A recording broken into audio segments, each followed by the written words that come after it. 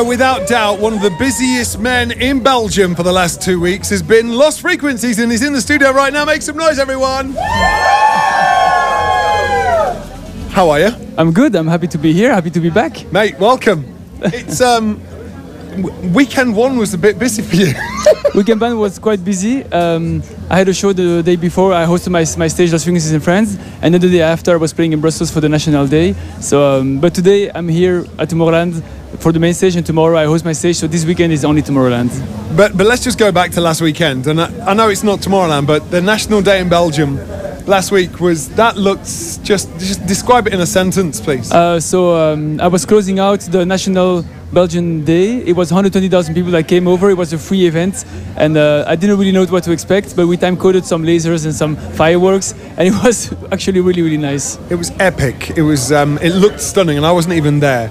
So you do that, and then let's talk the library stage. Hosting Lost Frequencies and Friends. You've got a lot of friends. Yeah, we have a lot of. I have a lot of.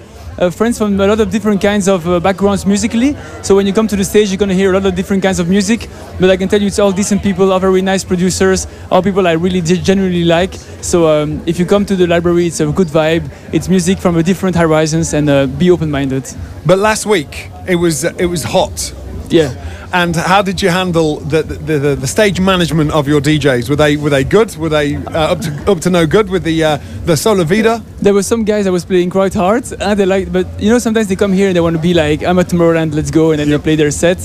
And then you have some other DJs that really adapt themselves to the environment. And for example, Kungs, he was playing right before me. He did like an amazing set, like building up the vibes, the tension, and that's also what I like. I like when you can a bit adjust what's happening around you. But I came after him. The sunset was there, so I played my set, and it was really nice. So that was last week, but you've sandwiched yourself on the main stage today. Between Solomon and the Swedish House Mafia.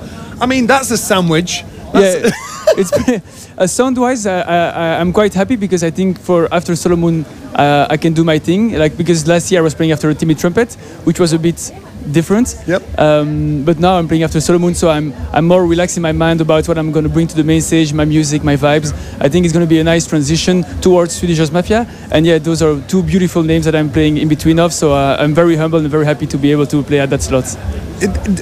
Do you ever pinch yourself to sort of think, here I am, because you're multi-million selling around the globe right now, but then you're between, you've said it yourself, you know, the legends that are Solomon and Swedes. So you're up there now, aren't you?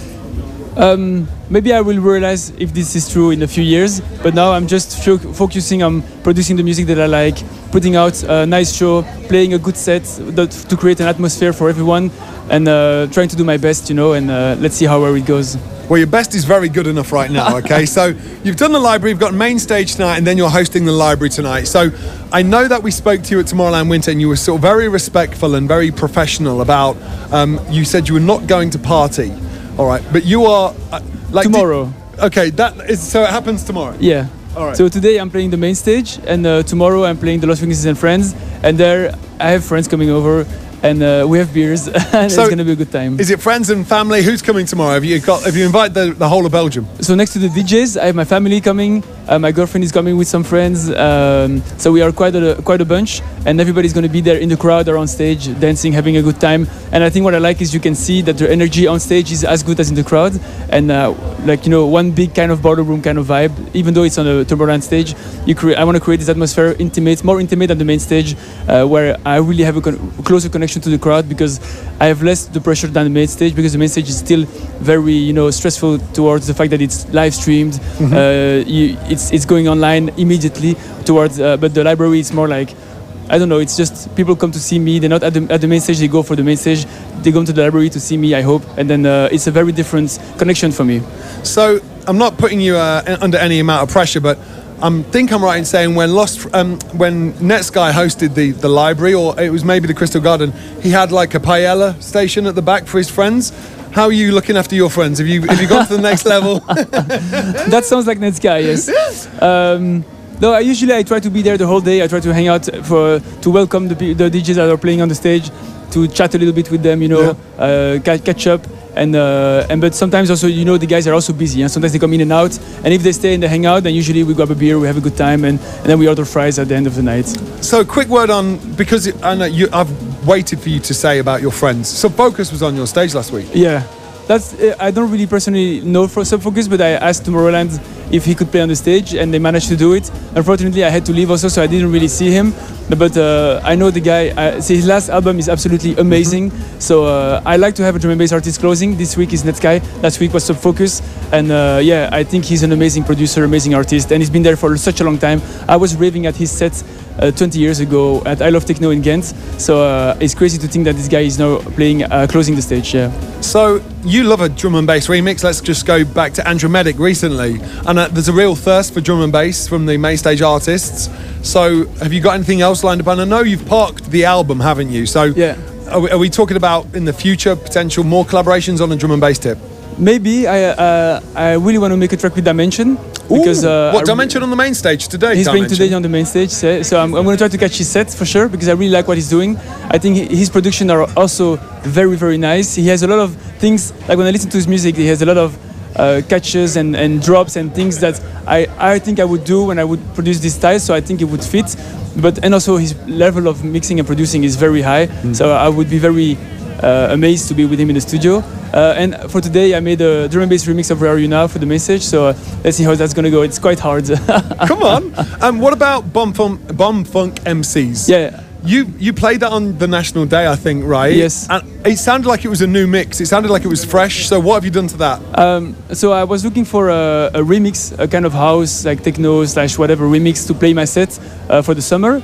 And I was looking online on SoundCloud, YouTube, and I didn't find anything except like a hard tech remix, you know, which you can find a version of every single track like. So I was like, I miss actually a more, not housey, but still like 4 to the floor kind of beat version of that track. So I was like, okay, let's do it. So I made it. And then I tried it on the festival and it went crazy. So I mixed it even better and I produced it a bit more. And then we talked with the guys, and then hopefully we're going to agree to make it the official remix. And I'm going to play it tonight on the main stage, of course, yeah. So it's going to come out?